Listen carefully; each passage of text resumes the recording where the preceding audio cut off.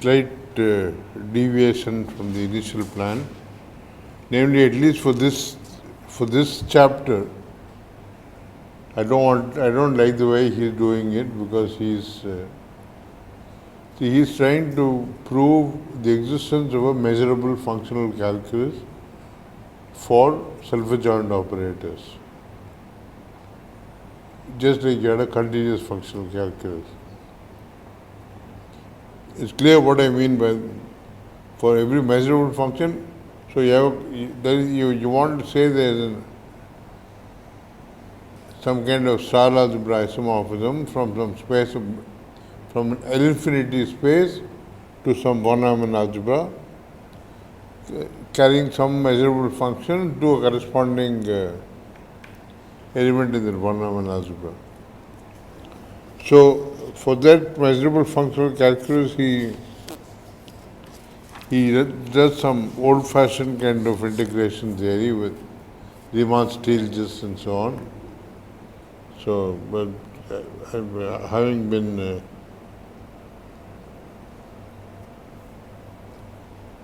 used to Lebesgue, I don't like to go to those things, so I'll try to do these things in a different way. So only for this detour, I'll leave this book. So for this chapter, the rest of this chapter, I'll try to prove it directly along the lines I initially envisaged doing. So let me get my.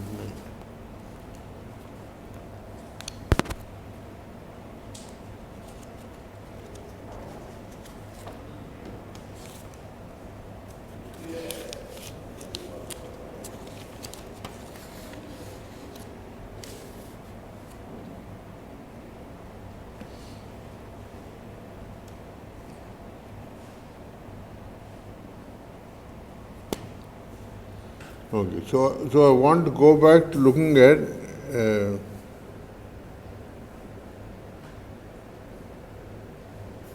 representations of C-star algebras.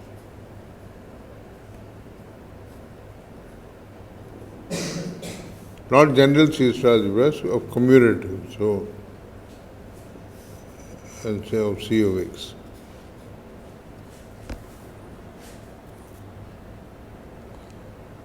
And I don't want to look at any Hilbert space except separable ones. So our representations are all on separable Hilbert spaces.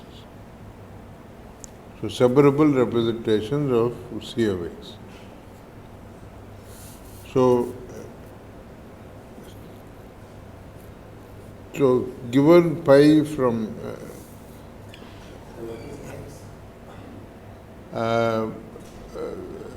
for this, X can be any compact Hausdorff space.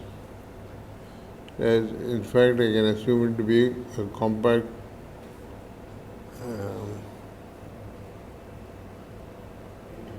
let me say compact subset of the real line. Because only for self-adjoint operators we proved that the norm of a polynomial in that operator is bounded by the sup norm of the polynomial on the spectrum. So that is the crucial fact that we needed to prove what we wanted.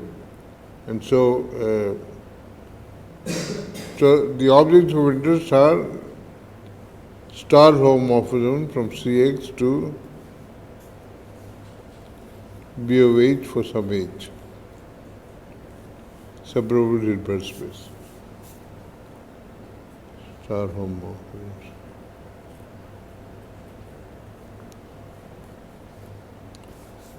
The point being, see, there are two things. One is, what we have seen is that if X equals X star in B of H,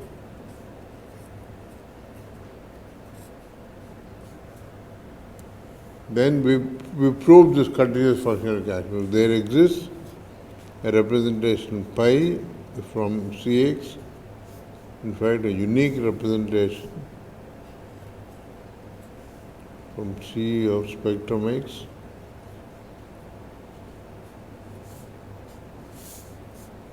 to be a weight such that pi sends the function, and I'll just write t equals x. By t I mean the function that sends t to t. What I mean is the identity function on spectrum of x. Function f of t equals t. So there is this unique representation doing this. So given a self-adjoint operator, you get a representation of with spectrum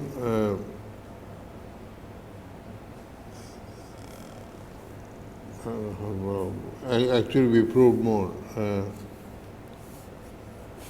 So in fact from this we find that in fact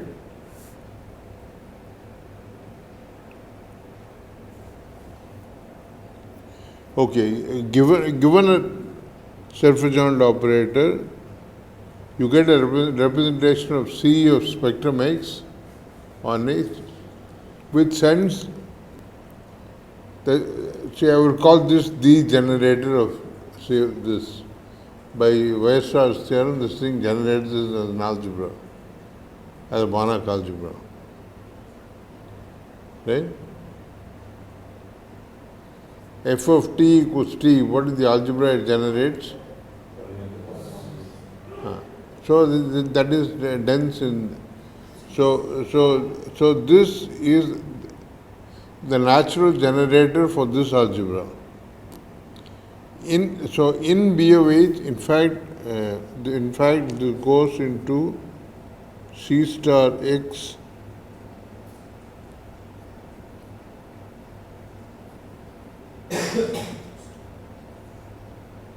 contained. Actually, it lands in C star. C star row generated by one index. Okay, so given a self-adjoint, then we have a representation on spectrum of X which sends the generator to X. Conversely,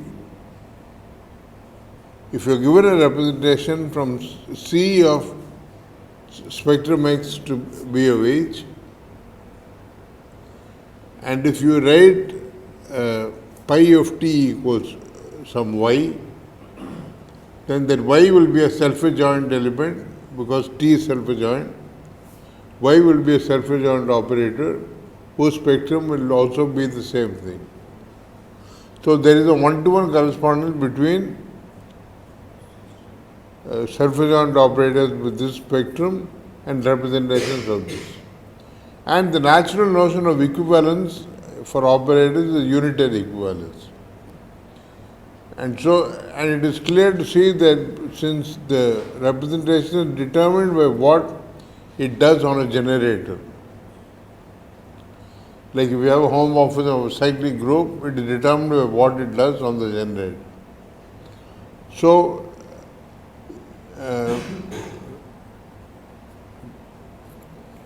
what is it trying to say?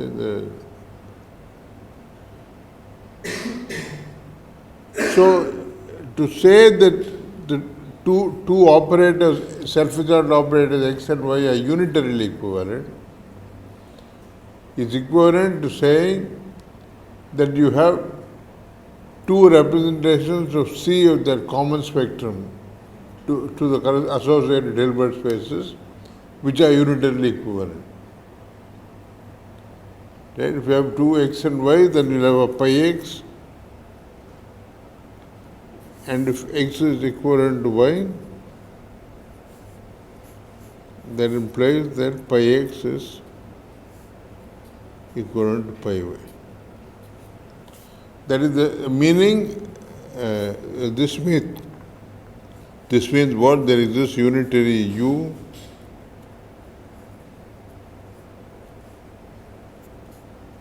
such that ux u star is y. And this means that there exists unitary u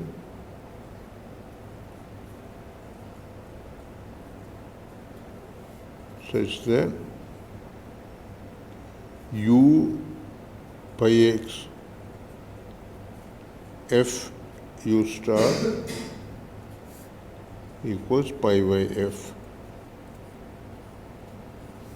for all f in the domain. I think this is if and only. Huh? Yeah, if and only if. Yeah. Because if this happens for all f, in particular it happens for this function, for the generator. Okay. So we are interested in unitary equivalence of representations of this thing. So that is where we started this whole game. And so what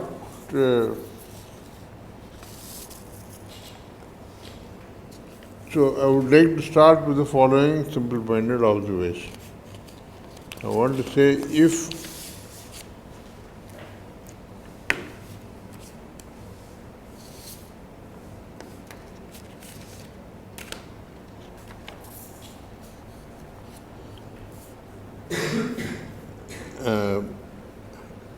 so for us x is going to be a compact subset of the line. I won't keep repeating it. But in fact you can do this for more general x, but I'll just stay with this for the moment. So one way to get a representation of Cx is if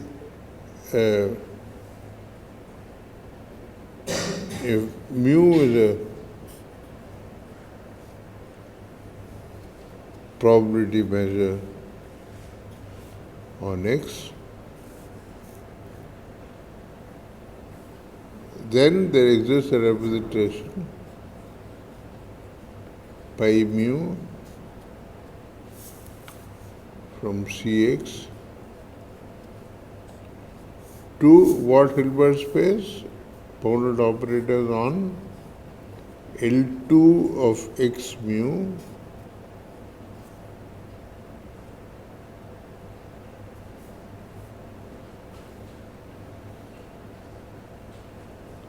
okay, so let me just say this for the moment.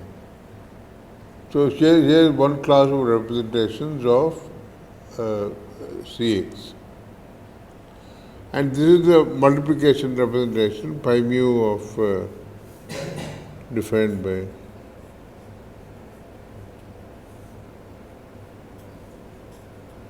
pi mu f acting on a vector xi equals fz.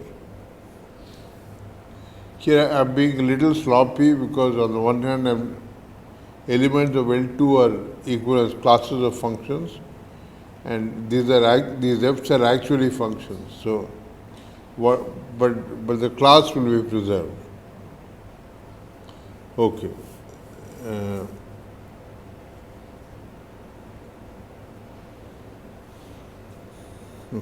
Okay, so the lemma that I want to prove is that if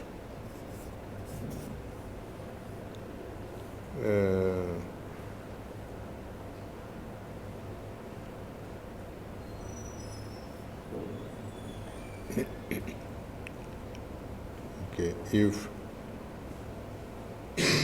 nu is absolutely continuous with respect to mu,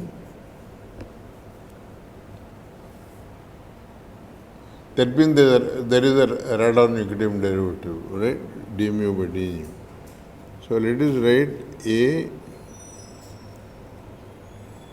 to be the set where the derivative d nu by d mu is positive.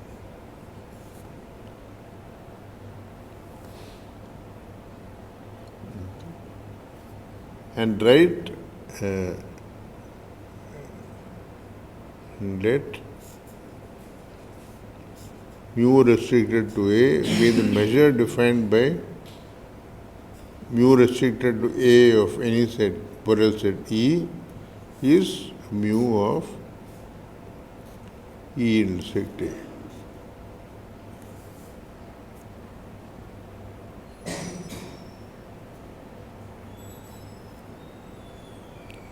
So the lemma says that then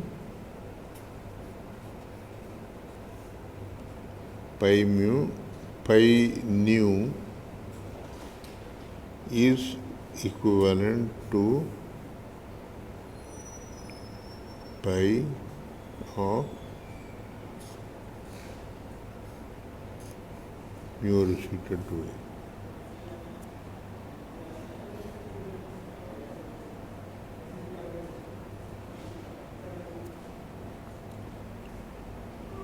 So,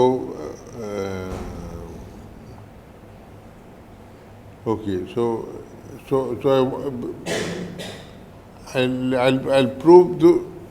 I'll prove this by making one simplifying assumption, so that the notation won't be so clumsy. Namely,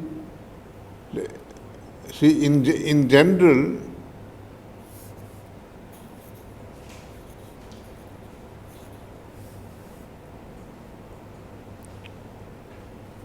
if nu is absolutely continuous with respect to mu, then also mu is absolutely continuous with respect to nu if and only if, see in this case mu and nu are both absolutely continuous with respect to one another. That means they have the same null sets, right? If and only if I want to say mu of A complement is 0.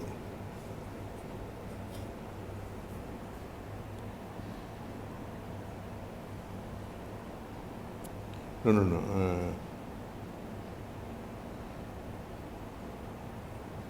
Yeah, that is right. Where A is that greater than Yeah, where A is a set with a standard negative derivative strictly positive.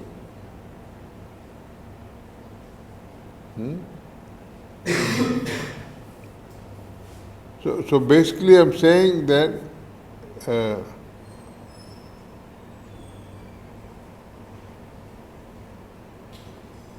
see that is clear, because what does it mean to say that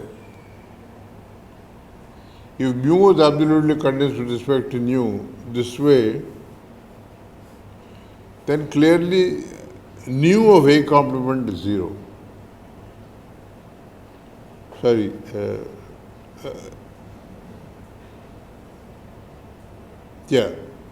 Nu of A complement is the integral over A complement of d nu d mu d mu.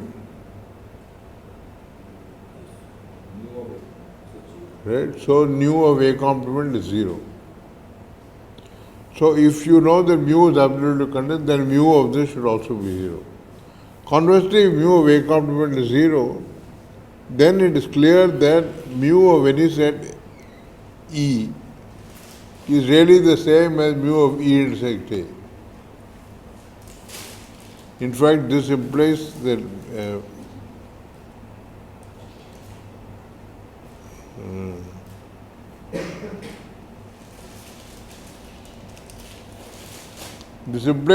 mu is equal to mu restricted to A complement, and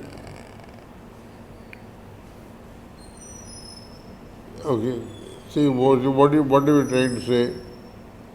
I want to say if this happens, then mu is absolutely continuous with respect to nu. So if mu of any set is 0, then its intersection with A and its intersection with A complement must be 0. So why am I stumbling over this silly thing? Okay, so they're not worth spending time. I'm sure you can figure this out. This is an exercise.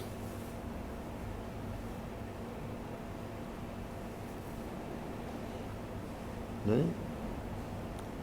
Okay. So, in view of this, what I will prove is that actually, if nu and mu are mutually absolutely continuous, that is like saying the set where it is strictly positive as full measure. Then I want to say that pi nu and pi mu are equivalent. Right? Therefore, enough to prove that nu and mu are mutually absolutely continuous implies pi nu equivalent to pi mu.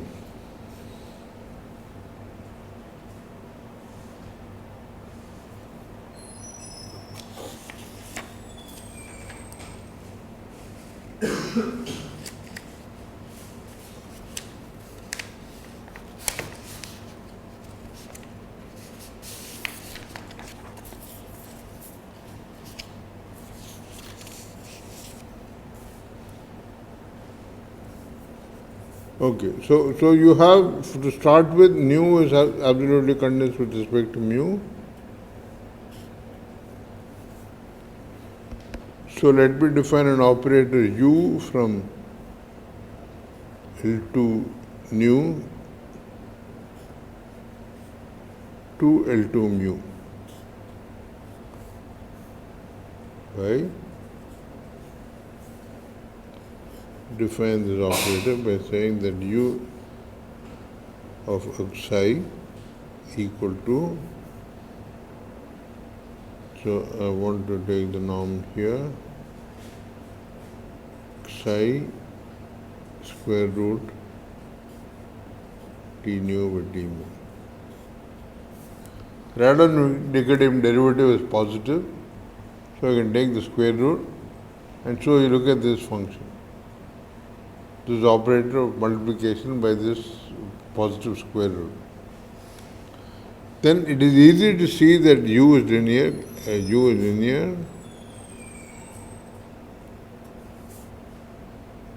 Why does it land in the right place? You must see what the norm of uxi in L2 mu is.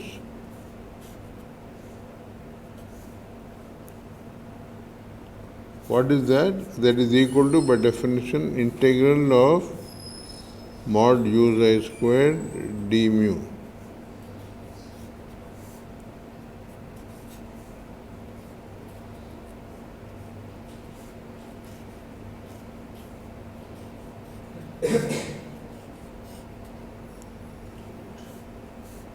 Which is norm psi nu squared. L2. All L2.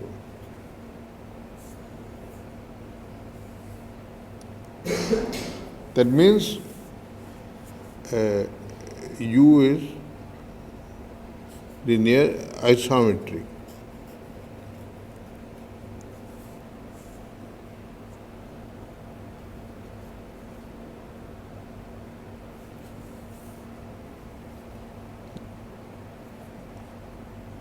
But I've assumed that mu and nu are mutually absolutely continuous. Therefore, also mu is absolutely continuous. And so we have an isometry, let me call it V, from L2 mu to L2 nu, defined by V eta equal to eta square root d mu by d nu.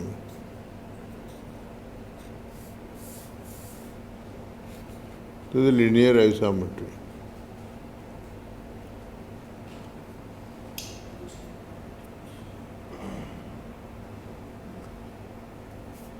And now I want to say that these are inverses of one another. If you look at u times v,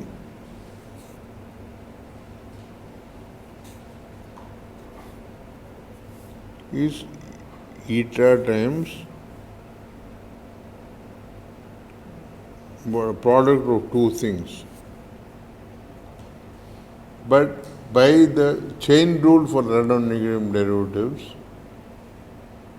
d nu d mu times d mu d nu will be d mu d mu,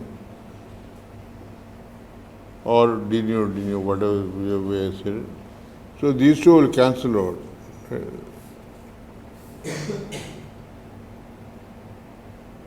So uv is the identity, and similarly the other way also vu is the identity. Therefore u is unitary.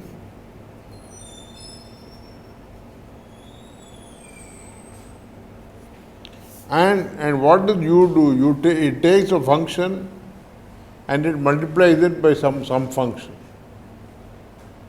Now, I'm saying it is clear that it is unitary, and if you take u, see on this who has pi nu as pi nu f. What will this do? This acting on a xi will multiply that first by f and then multiply by the square root. Or on the other hand, if you take pi mu, sorry, what do you want to say? Pi mu of f times u.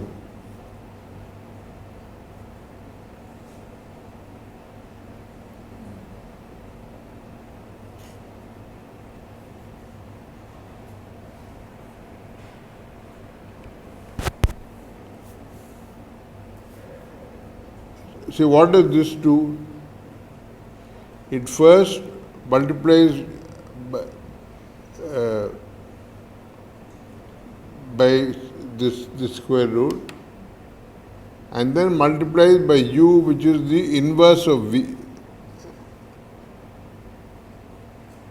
Then multiply by root d nu d mu. But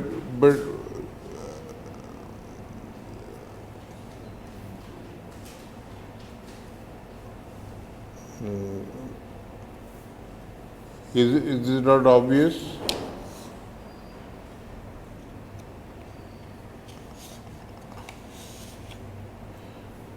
See, let's see what u pi nu of u star is.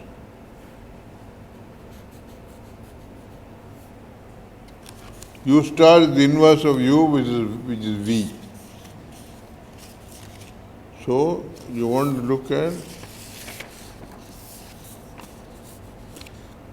u pi nu f v of and eta.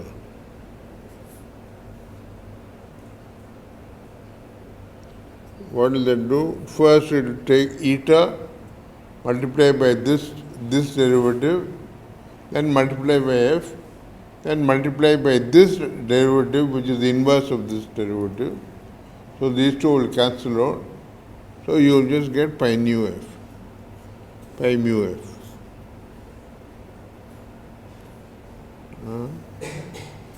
Sorry, pi nu f eta.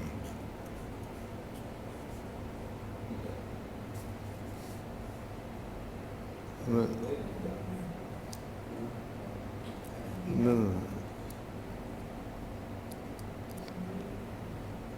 Yes, Pi mu f eta applied to eta. Acting on No, but see, I wanted to say that you intertwine the representations pi nu and pi mu. It will be right hand side will be pi mu a beta. Huh? Pi mu.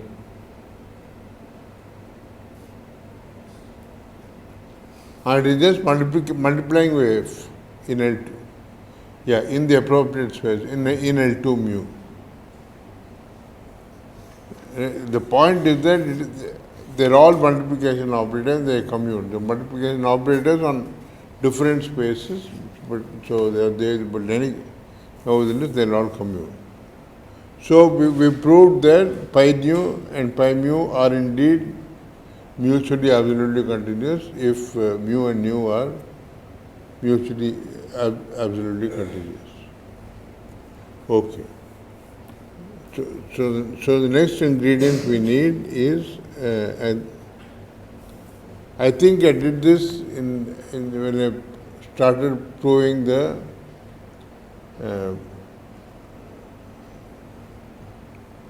spectral theorem for self-adjoint, at least the continuous case. So what I did was to show that if pi is any representation, any separable representation of Cx,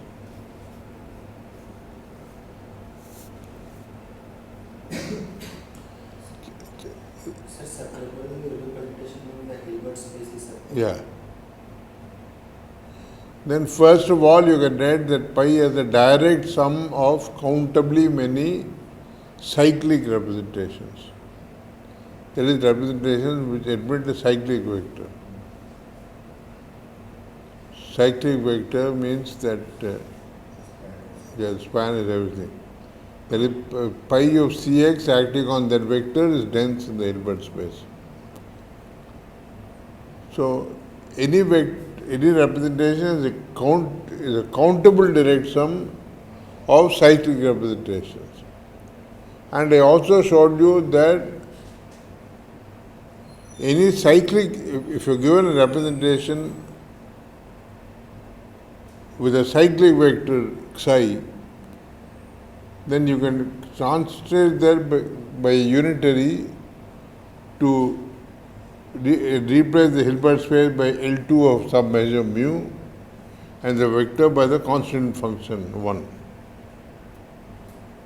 That is using the Riesz representation theorem. Every cyclic representation is a pi mu. We can talk about this later. You missed this, so you're getting things. So for now, you just believe this fact. So this implies that there exists probability measures mu n such that pi is equivalent to direct sum of pi mu n.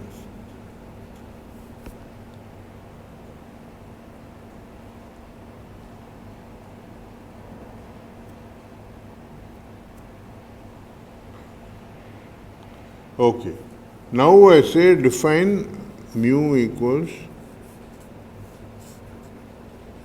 summation 2 to the minus n mu n. So mu is a probability measure.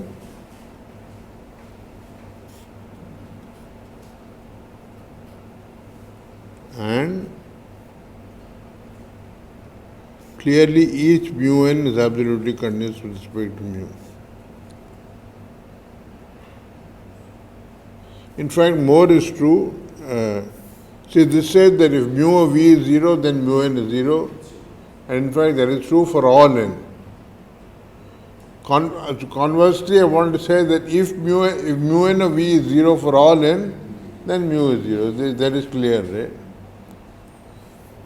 I'm saying that mu e is 0.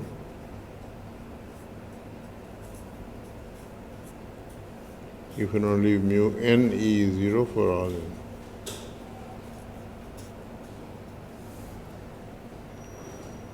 Okay. So that means that this pi is going to be equivalent to, so let us write a n for the set where d mu n d mu is positive.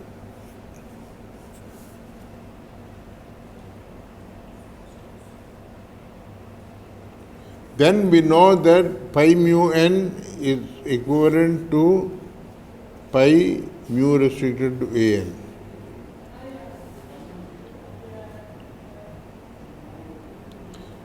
I'm using this fact without making a fuss that if you have a bunch of things which are separately equivalent, then the direct sum is going to be unitarily equal to the direct sum. Because the direct sum unitary operator will do the required job.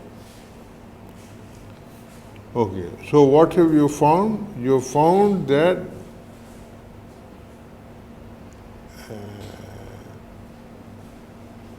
okay. And what is let me go on.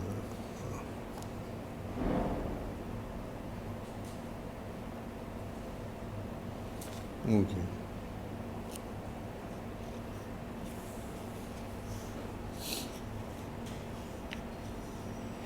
So what have I done? Given a representation pi of C of x, we have magically come up with some measure mu, some probability measure mu, but there can be some questions about uniqueness of mu. This could have been done in any way because it's dependent on how you exhausted pi as a direct sum of cyclic subspaces.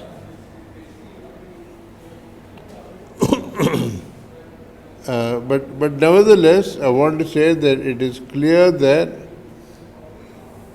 okay. So notice the following thing.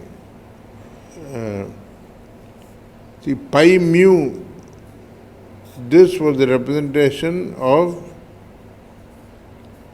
C of x to B of L2 mu.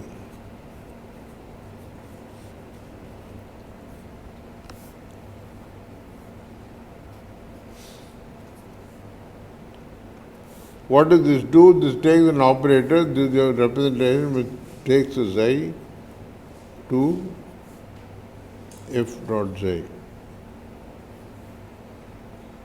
Here f is Cx.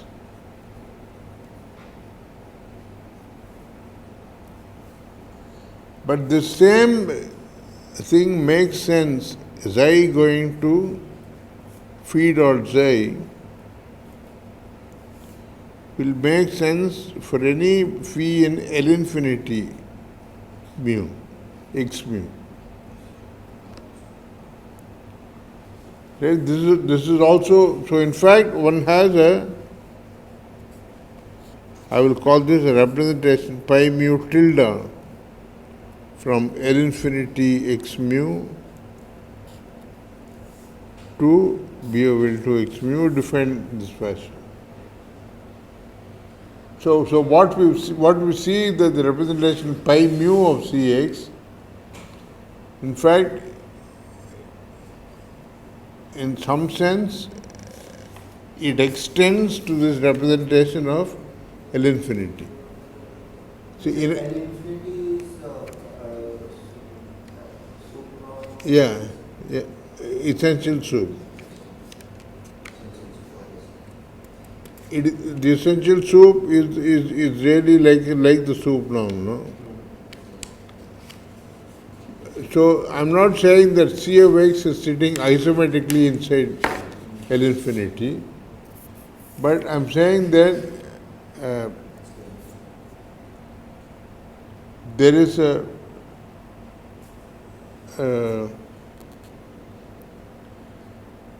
contractive representation from C of x to L infinity x. If you take an f in Cx and view the class of f in L infinity mu, the L infinity norm of f will be less than or equal to soup of f. So that there is a natural map from Cx to L infinity mu, which is norm decreasing, and it is a star homomorphism. So in this sense, pi mu tilde extends pi mu. Right? You have actually, that's what you have Cx to L infinity x mu you have this mapping. Let me call it row or something. This is like the inclusion mapping. I won't use the notation, but it is A star homomorphism, which is not necessarily injective. It can kill some things. And so what one is saying is that you started with this pi mu on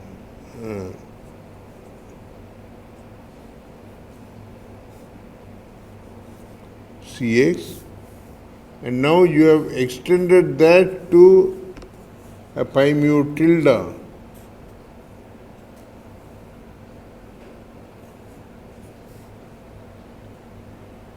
Right? And I'm going to say something which is a triviality from point of view of measure theory. Further,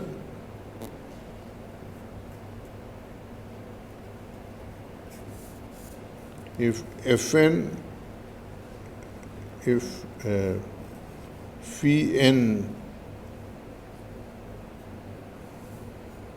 contain an infinity mu, and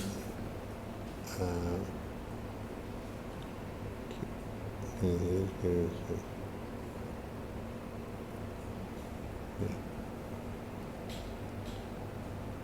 fact, I can even say it in this. If phi n converges in measure,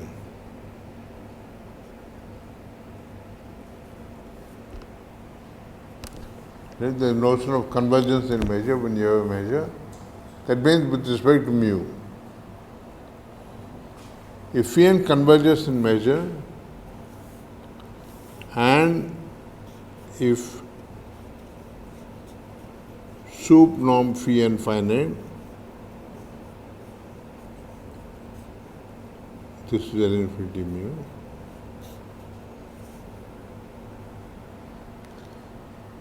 then you can apply bounded convergence theorem or dominated convergence or whatever. Then pi mu tilde phi n converges to pi mu tilde phi SOT. I am saying for every xi, phi n xi will converge in L2 norm to phi xi. This is just a statement of boundary convergence theorem in a fancy language.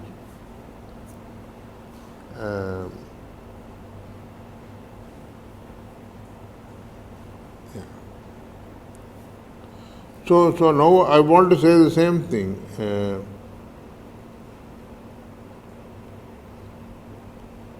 I want to just soup this thing up and repeat the same slide. I have not mu, but I have pi representation of Cx.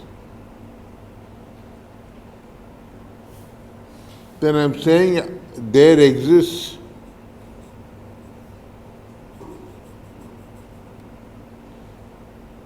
a probability measure mu. We consider that probability measure mu there, and a representation of L infinity mu, such that Cx is sitting inside here by the natural representation. The direct sum of rho n many times for the different mu n's. You have rho n for mu n, and then you have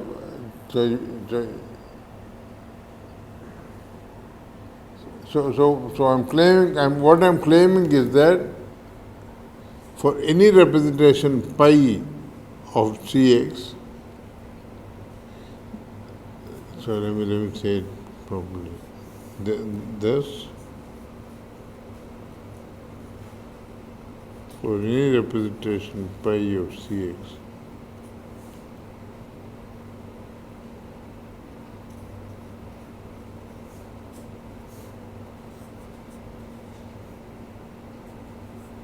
some Hilbert space, not L2 mu. There, so what we said was any representation phi is equivalent to a direct sum of pi mu n. Right? So with that unitary, I will conjugate and pull things back, and I will say that given any representation, there exists a probability measure mu on x and a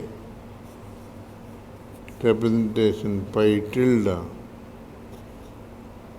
from L infinity x mu to B of h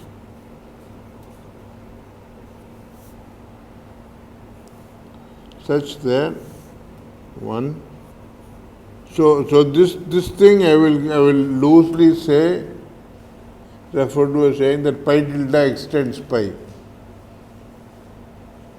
It is not a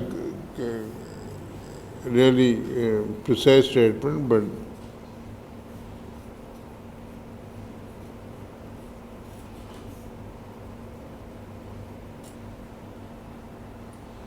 because Cx is not a subset of L infinity, but modulo that, it is clear what is meant by this extending.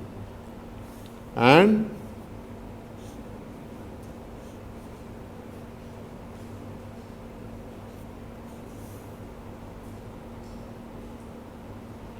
phi n converges to phi as above in measure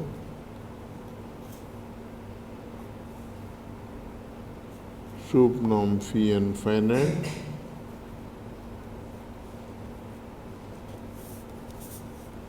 implies pi phi n converges to pi tilde of phi n converges to pi tilde of phi is sorted.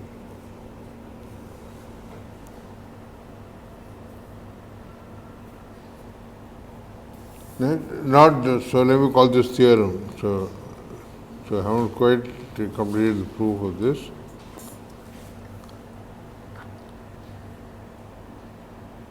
So we've got all the building blocks in place for proving this theorem. So what have we proved?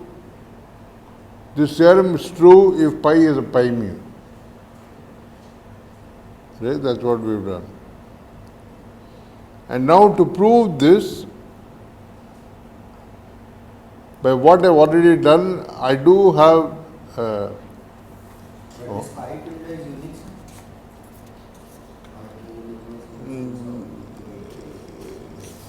unique, yeah, we'll come to that. But before that, so let me just digress to the little mile and then get back to the proof of the theorem. Then I want to say that the norm of this we have seen before. What if we take the norm of pi mu tilde of phi? Then if you take a phi in L infinity and you look at the associated multiplication operator on L2, then the norm of that operator is nothing but the L infinity norm of that phi.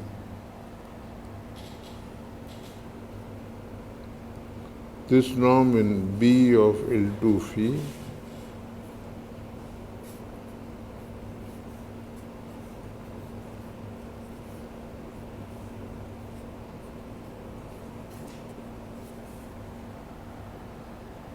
and this we have seen before. Now there I have a whole big direction. So I want to say that norm of direct sum pi tilde mu n of phi in B of h. So this is the I'm just using the notation what we had. We had a representation pi on B of h. That pi was equivalent to direct sum of pi mu n. And then I can form the direct sum of pi mu n tilde. That means that the direct sum of L2 mu n is unitarily, there is a unitary from there to h, which intertwines the representation, the direct sum representation and the given representation pi. So this norm is nothing but soup of norm phi L infinity mu n.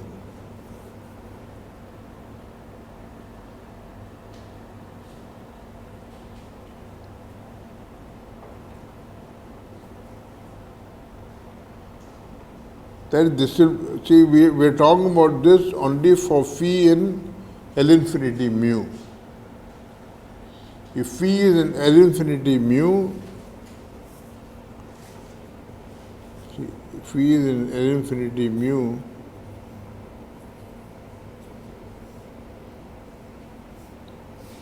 so here's a little exercise.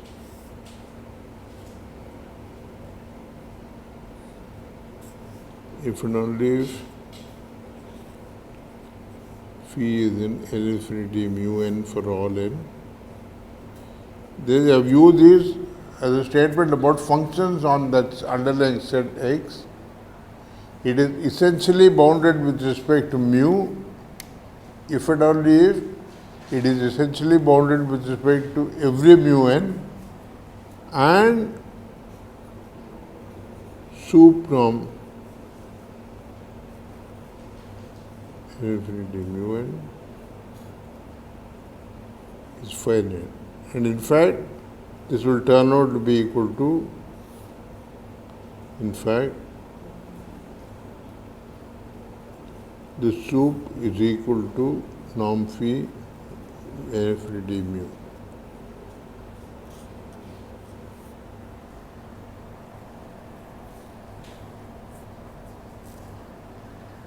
All this is fairly simple-minded bookkeeping, so I won't go into the details of this. So what have we shown? We have shown that if you take,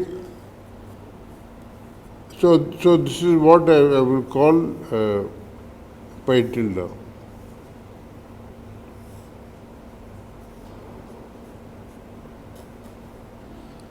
Actually, this happens on L2 mu n. But I pull those back to h, then I am calling it pi tilde. See, I am being a little sloppy with respect to the unitaries involved. But those don't change anything.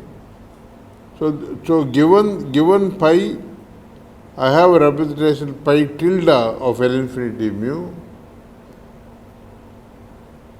which is defined by pi tilde of phi is exactly this direct sum. Right? And this pi tilde is in fact isometric. Right? Pi tilde is isometric.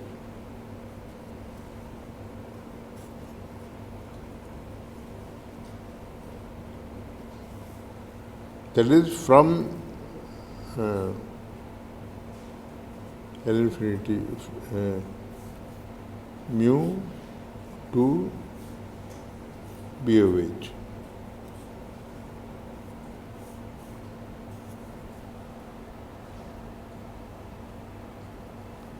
Consequently, the measure mu is unique up to absolute continuity. Because what is the L infinity norm?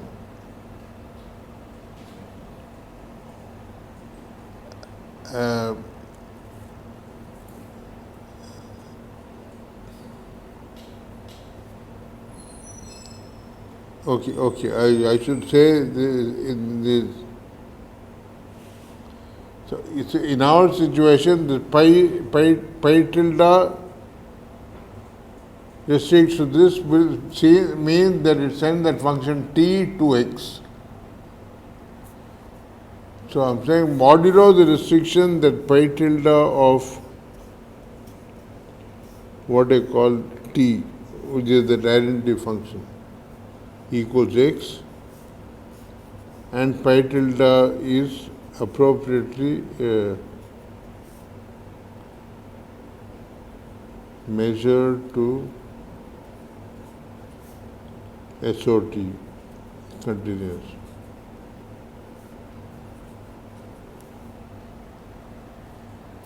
If you take probability, it converts probability in measure to probability in SOT. And it sends the function t to x. With respect to these two conditions, I want to say pi tilde is unique. Why? Because this determines what it is isometric,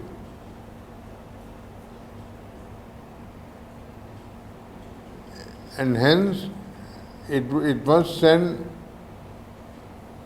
C of x to exactly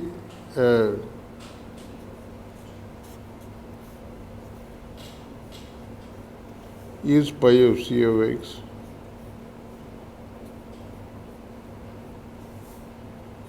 equals C star algebra generated by 1 and x.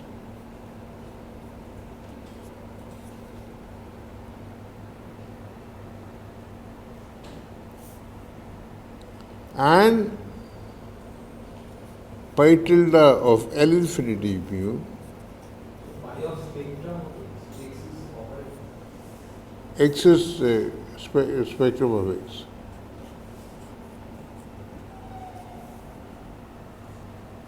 Where x is self-adjoint operator.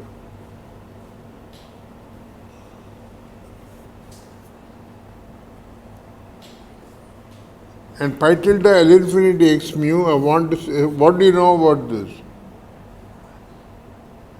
I want to say that this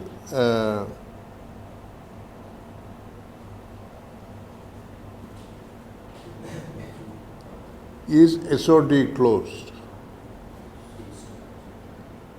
Huh? So I want to say that this is equal to W star algebra generated by 1 and x. But actually this is not important for us. For the functional calculus, what we need is that we have this representation phi given a self-adjoint operator x, there is an associated measure which is unique up to absolute quantity. Why? Because this, as a C-star algebra, the norm is the L infinity mu norm. So if I am saying that there is some other nu which does the same thing, that means I must have an isomorphism from L infinity mu to L infinity nu, which sends t to t. But the t is the generator for L infinity mu in the correct topology. So that is determined by what it does on t, and so that is the identity really. So the norm of any f is the same as in this L infinity, and in this are the same. The norm of an indicator is the same here as it is there. This norm can be 0 only if that norm can be 0.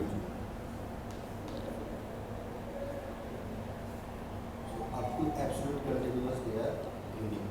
Yeah, up to absolute continuity, there is a unique measure mu, such that the W star algebra generated by 1 and x is this.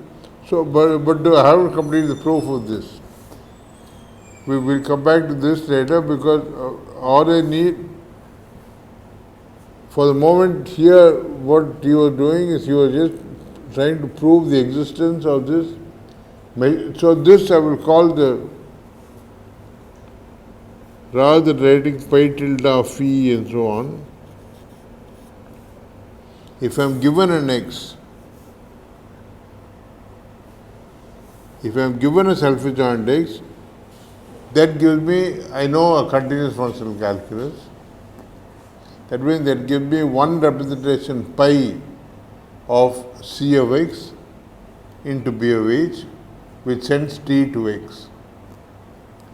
I apply this theorem to that pi, I will have pi tilde, I will have a mu and a pi tilde, and then that pi tilde of phi I will call phi of x, if pi tilde comes from pi, came from pi which came from x.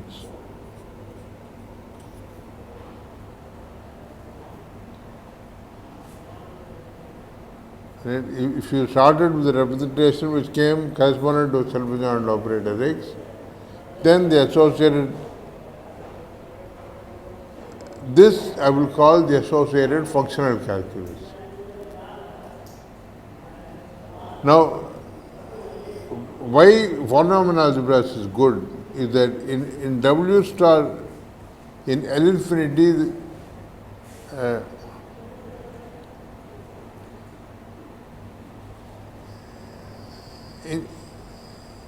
in L infinity you have indicator functions. Functions which are 1 on one side and 0 on the complement, which you won't have in C of x if x is connected.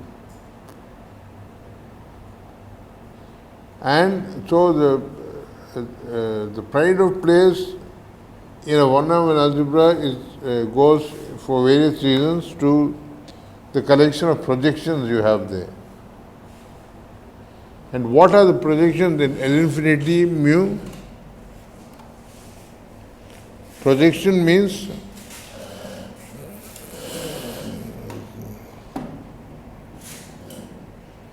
thanks. Projection means P equals P star equals P square. In L infinity mu, what does it mean to say P equals P star equals P squared? P star means P bar. So P equals P star means it is a real function. And it is its own square. That means it has to be 0 or 1 valued. So a 0, 1 valued function is nothing but the indicator function of some set, namely the set where it is 1. Okay, so this at least proves the measurable functional calculus that he was trying to generate in this. He was trying to construct this thing in some old classical fashion, which I wasn't very happy with, so I've taken this detour. So let's now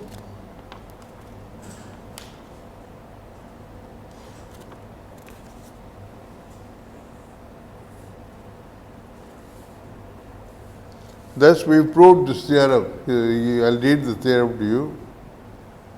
He says theorem of, he says operational, but I would say functional, calculus with Borel functions.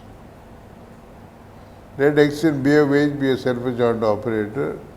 There exists a unique mapping from f in B of C sigma x, that means the bounded Borel functions on sigma x, to B of h denoted by f going to f of x, such that if f is a polynomial, then it goes to f of x, that polynomial in x.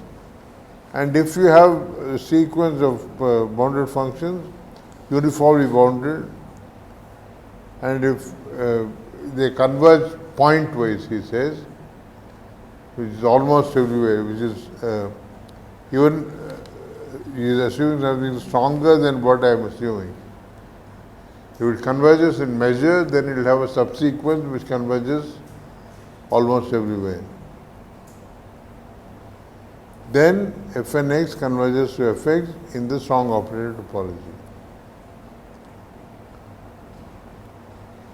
What is W star?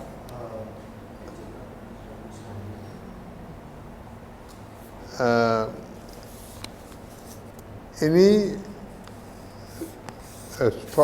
strongly close a star subalgebra of B of H which is SOT closed. So W star algebra generated by X means the smallest such. Yeah.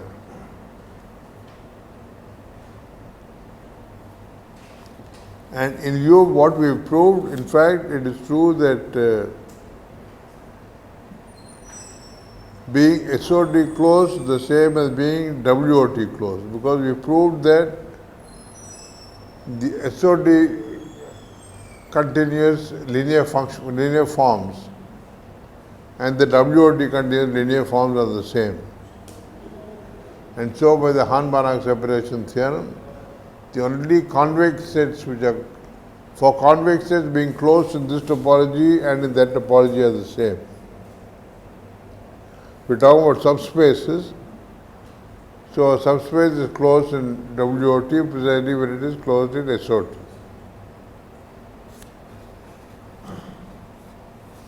Okay.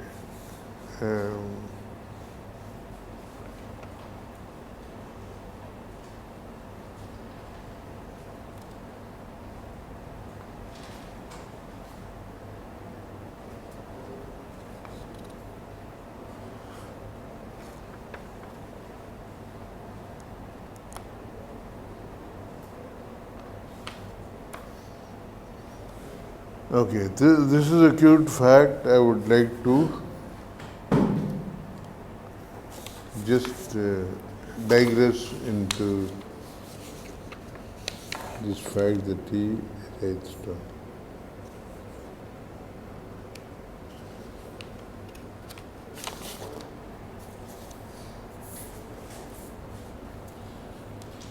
He says that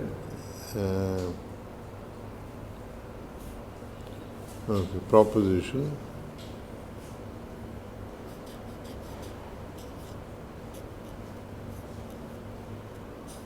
if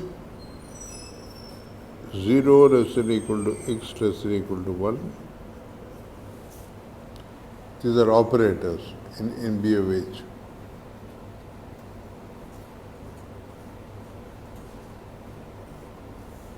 Then there exists a sequence En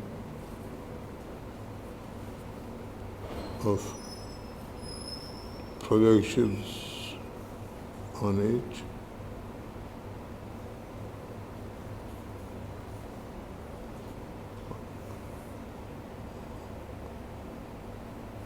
or I should say in B of H, it's not on H. Projection onto subspace, projections there such that x equals summation n equals 1 to infinity 2 to the minus n a.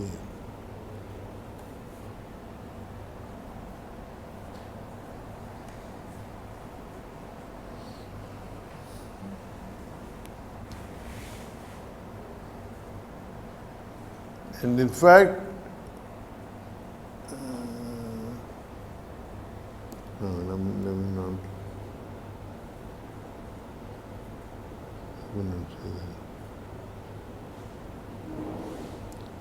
Okay. So this is actually something that you are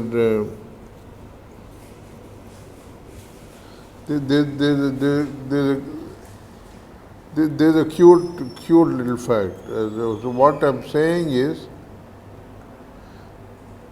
you have seen this before. This is really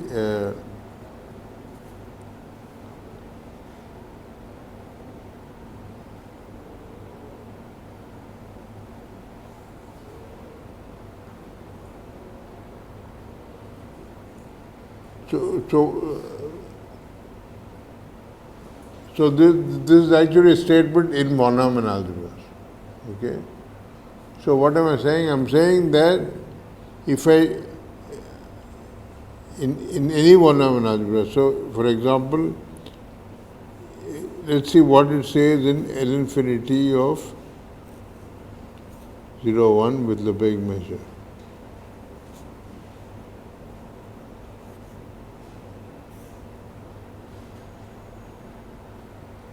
You can think of this as a sum of B of H for B of L201, and then suppose you have an operator coming from here. That means a multiplication operator by a bounded function in L201. And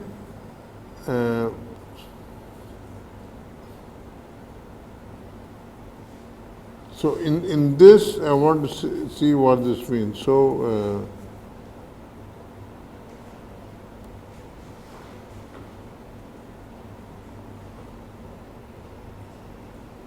it is really this corresponds to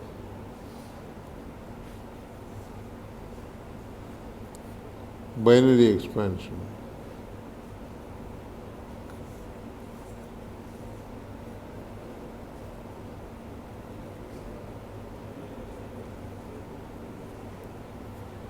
So what do I mean by this? I look at any t in 0, 1.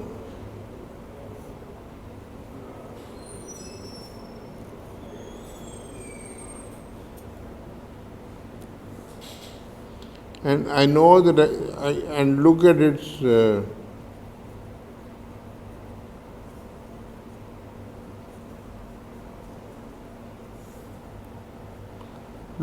binary expansion.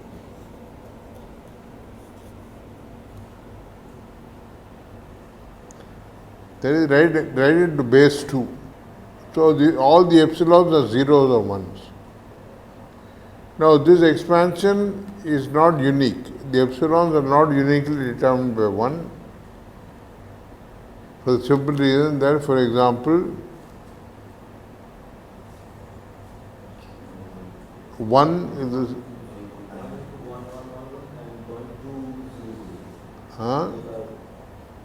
Point 1111 and 2. What is 2? What is 2? 2 is equal to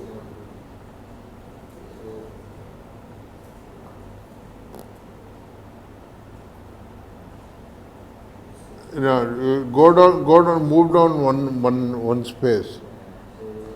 Take 0, 1, 1, 1, 1, 1. 0, 1, then this will be same as 1. So that will be the same as 1, 0, 0, 0. Right? Because that means you are taking sum of 1 by 2 to the n for n bigger than 1. That is the same as half. So let us be a little more specific where there is I assume that I have chosen the non-terminating.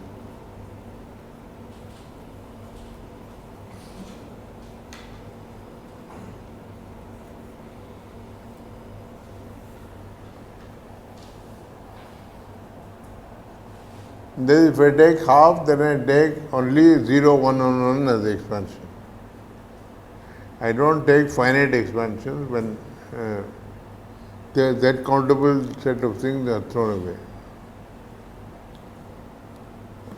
Okay. Then I can think of the each okay. So let E n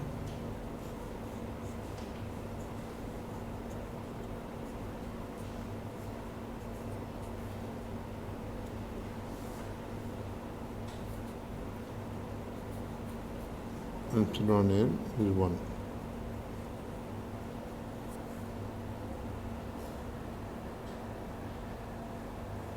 So I take a t, take a binary expansion, and let En be those things whose nth coordinate is 1.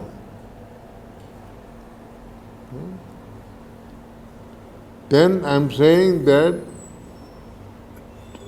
t equal to summation n equals 1 to infinity 2 to the minus n indicator En of t.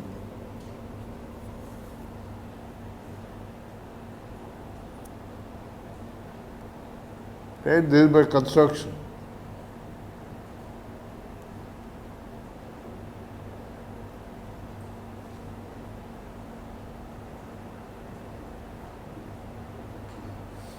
Is it clear this is what is going on?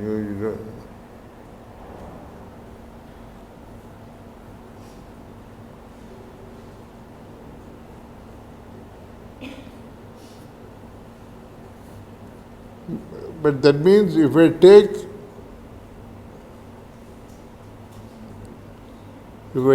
x, which is positive, which I have assumed is between 0 and 1, that is, its spectrum is in 0, 1. Now, the indicator ENs are all the ENs are Borel sets, they are all measurable sets. Why? You can write down what En is. What exercise, so write down what is E3.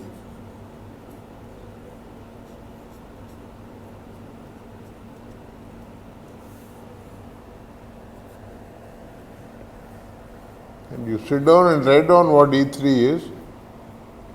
It will be a union of finite number of intervals of some kind, either open, closed, or closed, open, as the case may be. And consequently, they are all going to be Borel sets. So these are all Borel sets, and so it makes sense to talk about. So I'm saying, and therefore I'm saying x equals summation 2 to the minus n indicator En of x. I want to apply the measurable functional calculus. So why can that pass to infinite sums? I take finite sums, those things make sense. But now the point is that I should have said earlier that if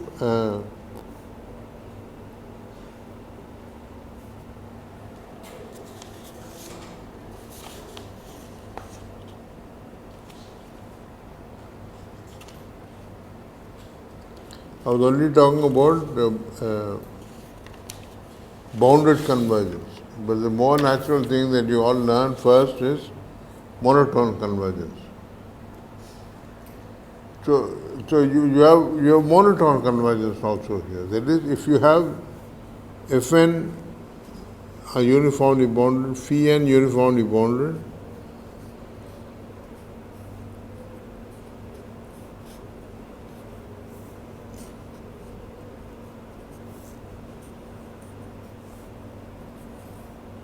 phi n increases to phi,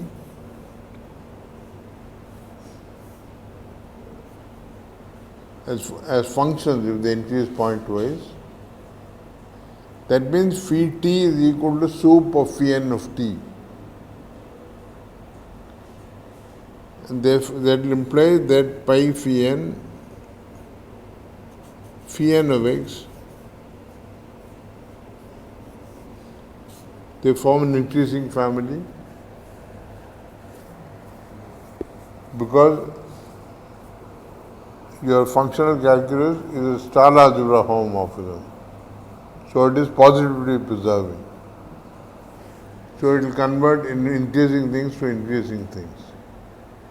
And by bounded convergence, these things will converge to SOT to phi of x.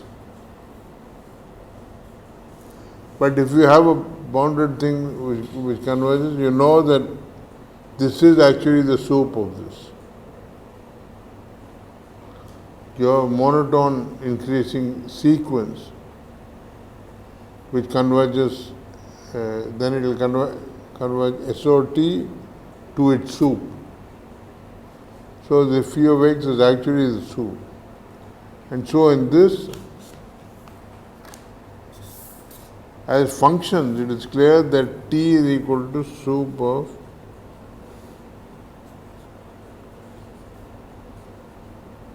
one to n, 2 to the minus n, indicator E and t. Because you're taking a positive term series. To say the series convergence means that the limit is the sup of the partial sums. So if t is the sup of this, then x must be the sup of the partial sums of those. That means this is an SOT convergent series.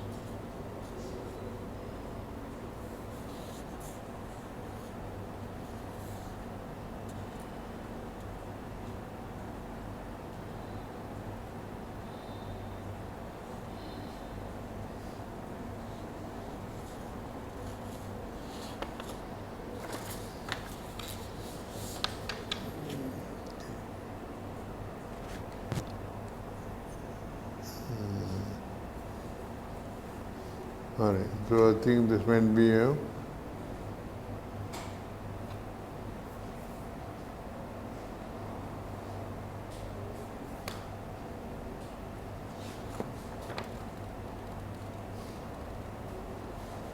okay, so maybe before he goes into the next functional calculus he is going to talk about. Let me just take the last 5 minutes to quickly get rid of one lemma which is very useful. So I want to say that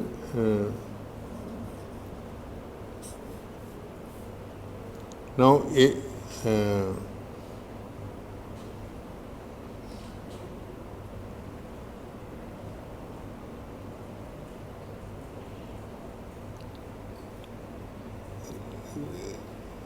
see,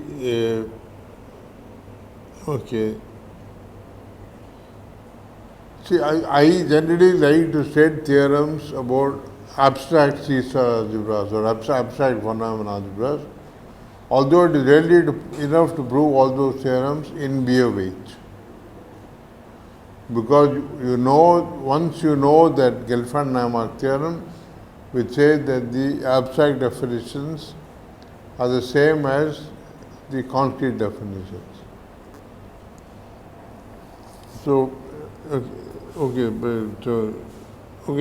me say it in BOH. So I want to say that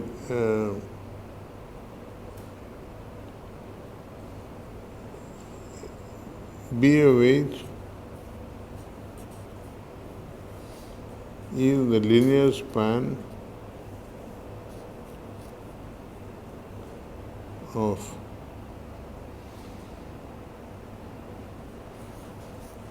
U of BOH,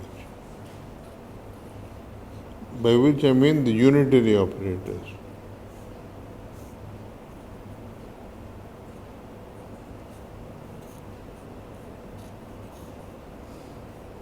U of unitary means what?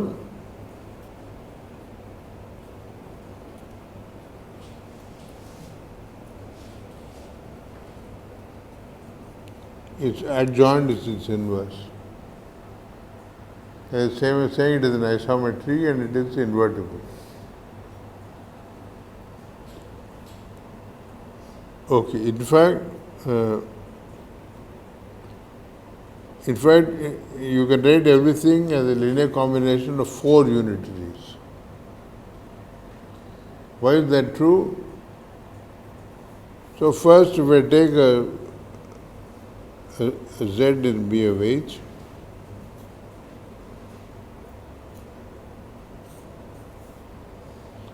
first I write it, take as Cartesian decomposition, where X and Y are self-adjoint.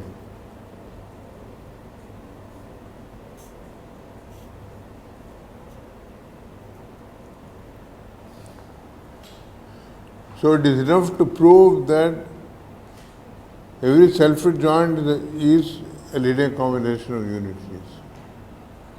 In fact, if I show that every self-adjoint is a linear combination of two unitaries, it will show that everything is a linear combination of four unitaries. Okay. And for that, so now I assume, suppose X is self-adjoint, assume X is self-adjoint,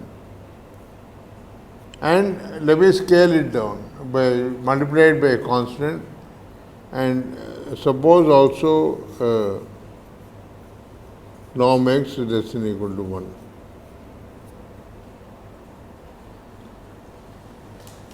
So what does that say about the spectrum of X?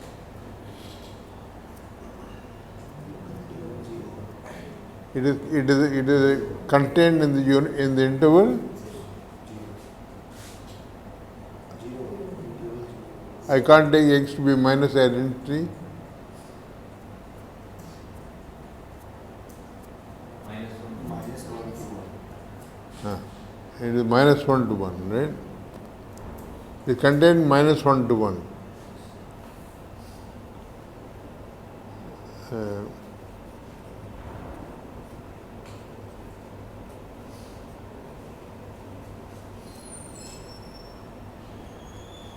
And now, what I want to say is that anything in minus 1 to 1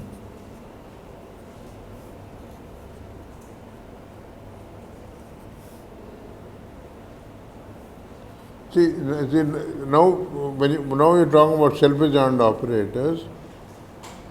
By your whatever theorem, you know that the C-star algebra it generates is just like continuous functions on minus 1 to 1. So if I take my abstract version, that in any C-star algebra this thing is true. In fact, the decomposition actually holds in that C-star algebra itself. In the C-star algebra generated by X itself, I must be able to write X as a linear combination of two unitaries. That means what? If I take a real function between minus 1 and 1, namely the function f of t equals t, I can write that t, I want to say that any such thing is in fact an average of two unitaries.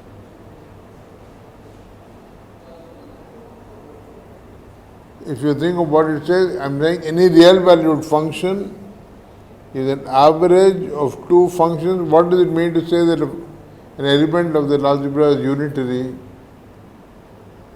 Its range must contain what kind of values? If G is, suppose I can write f, which is this function f of t equals t, as u1 plus u2 by 2 or whatever, and u1 and u2 are unitary. That means u1 and u2 are functions on minus 1 to 1. And what does unitarity mean about those functions? Where do they take values?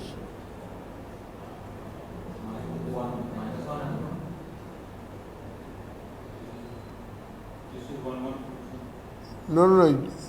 It is unitary. What does a unitary element of C of minus 1, 1 look like? U is in C of minus 1, 1, and U is unitary means that U star U equals U star equals 1. So what does that mean about a function? Huh?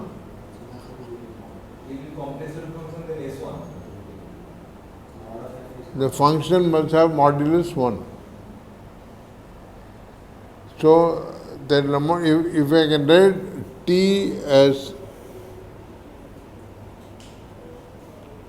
u, I claim that I can write this as t as u plus minus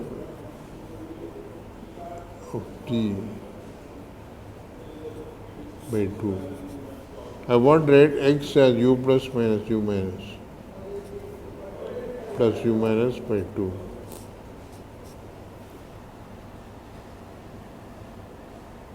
And these will actually, I want to obtain these by functional calculus. So the function t I want to write as an average of two functions like this, but these two things are modulus 1. Here is something in minus 1 to 1.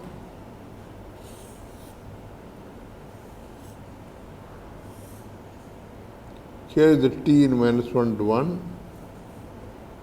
I want to write it as an average of two things which are unitary. Two things which are in this circle.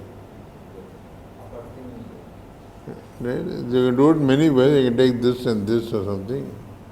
But the natural way to do it is to take these two steps. Right? So I define u plus of t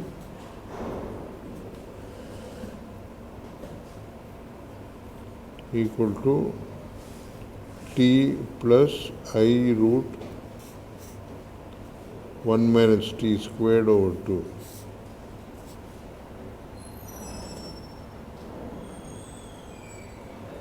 I can take u minus and the same thing. And I notice that u plus and u minus are elements of C of minus 1, 1 which are unitary. So if I apply the continuous functional calculus to those, u plus of minus x, u plus of x and u minus x will be unitaries in the C-star algebras, whose average will turn out to be x.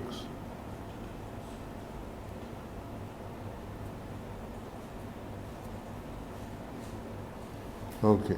I'm afraid I need your assistance again. The cap has fallen off somewhere.